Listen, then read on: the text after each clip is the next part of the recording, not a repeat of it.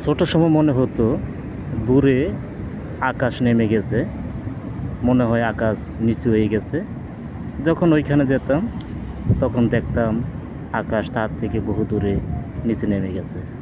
যখন আস্তে আস্তে বড় হলাম তখন আমার মধ্যে থেকে এই অবস্থা দূর হলো।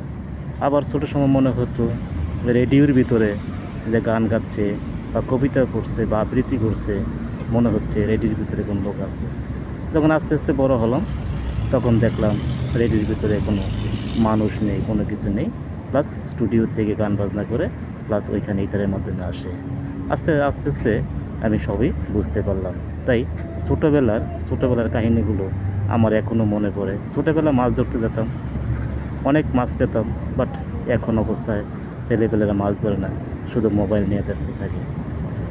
এবং কাজের ফাঁকে ফাঁকে অনেক কিছু করতাম, খেলাধুলা ওইটা এটা করতাম।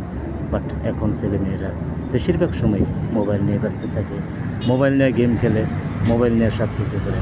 তাই মানুষ প্রযুক্তিগত দিক দিয়ে মানুষ এখন উন্নত হয়েছে, কিন্তু ন্যাচারেবল দিক দিয়ে মানুষ অনেক অবনতি হয়েছে। তাই আবার ওই শিশু অবস্থার সময়গুলো যদি পেতাম তাহলে খুব ভালো হতো।